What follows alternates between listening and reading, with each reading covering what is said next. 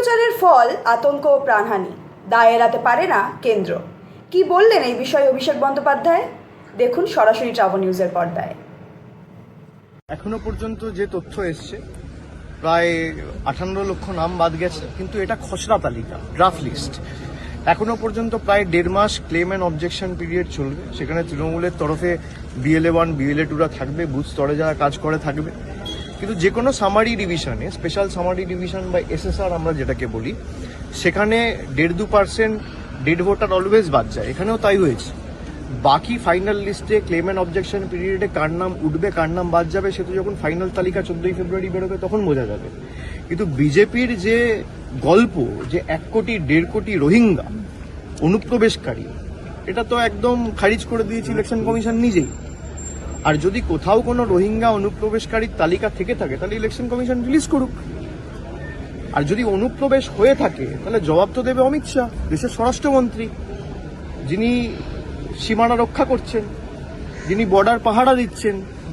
তার অধীনে থাকা CRPF বর্ডারের সুরক্ষার দায়িত্বে রয়েছে। আর আমরা বাংলার কথা ছেড়ে দিলাম, আজকে পেহেলগামে যে ঘটনাটা ঘটলো সেখানে তো তৃণমূল সরকার ক্ষমতায় নেই। মমতা ব্যানার্জি তো জম্মু কাশ্মীরের মুখ্যমন্ত্রী নয়, জম্মু কাশ্মীরের পুলিশ তো মমতা বন্দ্যোপাধ্যায়ের অধীনে নয়। তাহলে সেখানে এই সন্ত্রাসের ঘটনাগুলো একের পর এক কি করে ঘটছে? দেশের রাজধানী দিল্লিতে বিহারের ফল ঘোষণা হওয়ার 2 দিন আগে, বিহারের নির্বাচনের 1 দিন আগে, খুব সম্ভবত 11 তারিখ, ব্লাস্টে একের পর এক লোক মারা গেল। এ কার গাফিলতির কারণে হয়েছে? এর দায় কার?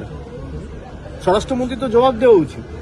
যারা অনুপ্রবেশ করে বাংলাদেশি বলে দাগিয়ে দিচ্ছিল, বাঙালিদের অপমান করেছিল, বাংলা ভাষাকে অস্বীকার করেছিল, বাংলা ভাষার অস্তিত্বকে অস্বীকার করেছিল, এবং শুধু তাই নয়, এদের অধীনে রাজ্যগুলো থাকার মুখ্যমন্ত্রীরা বলেছে যে বাংলায় যদি কেউ কথা বলে বাংলাদেশি বলে ডিটেনশন ক্যাম্পে নিয়ে যাও বা পুলিশ লকআপে ঢুকিয়ে দাও।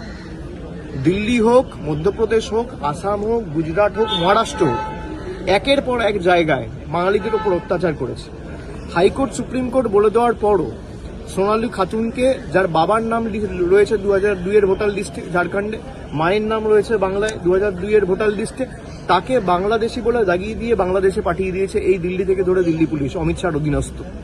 সুপ্রিম কোর্ট বলেছে তাকে ভারতীয়, তারপর ফিরিয়ে আনতে বাধ্য হয়েছে।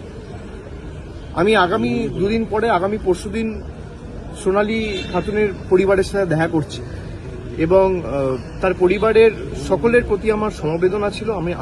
আমরা যোগাযোগে ছিলাম এবং যদি কোথাও এরকম কোনো ঘটনা ঘটে থাকে আমি সবাইকে বলবো যে আপনারা চিন্তা করবেন না, তৃণমূল রয়েছে। আজকে যে এতগুলো লোক মারা গেল, এই যে BLOরা আত্মঘাতী হয়েছে, এটা তো তৃণমূলকে দোষ দিচ্ছে না। BLOদের তো অ্যাপয়েন্ট করেনি তৃণমূল, BLOদের তো রাজ্য সরকার, মমতা ব্যানার্জি সরকার অ্যাপয়েন্ট করেনি, এদের তো অ্যাপয়েন্ট করেছে ইলেকশন কমিশন। তো আজকে এরা নিজেদের প্রাণ নিয়ে আত্মঘাতী হয়ে ইলেকশন কমিশনকে দায়ী করেছে। কোনো BLOকে ট্রেন করা হয়নি যে অ্যাপ আমি ইউজ করব কিভাবে, অ্যাপে ডেটা রেজিস্টার করব কি করে, অ্যাপে আমি ভোটার লিস্ট আপলোড করব কি করে। একাধিক জায়গা রয়েছে যেখানে 2002 এর ভোটার তালিকা নেই অ্যাপে, 2003 এর বেসিসে বেঞ্চমার্ক করে আপনি ভোটার তালিকা তারপর আপলোড করছেন। তো এই দায় তো ইলেকশন কমিশনের, এটা ইলেকশন কমিশন এড়িয়ে যেতে পারে না। আর বাংলাকে যেভাবে ডিফেম করা হয়েছে, আমি মনে করি চিফ ইলেকশন কমিশনার থেকে শুরু করে, ইলেকশন কমিশনার থেকে শুরু করে, দেশের স্বরাষ্ট্রমন্ত্রী থেকে শুরু করে, বিজেপির যে সমস্ত নেতারা বাংলাকে ছোট করেছে দেশের সামনে, তাদের কান ধরে ক্যামেরার সামনে আজকে এসে যে এই অনুপ্রবেশের তথ্য আজকে ইলেকশন কমিশন খারিজ করে দিয়েছে, তাদের ক্ষমা চাওয়া উচিত।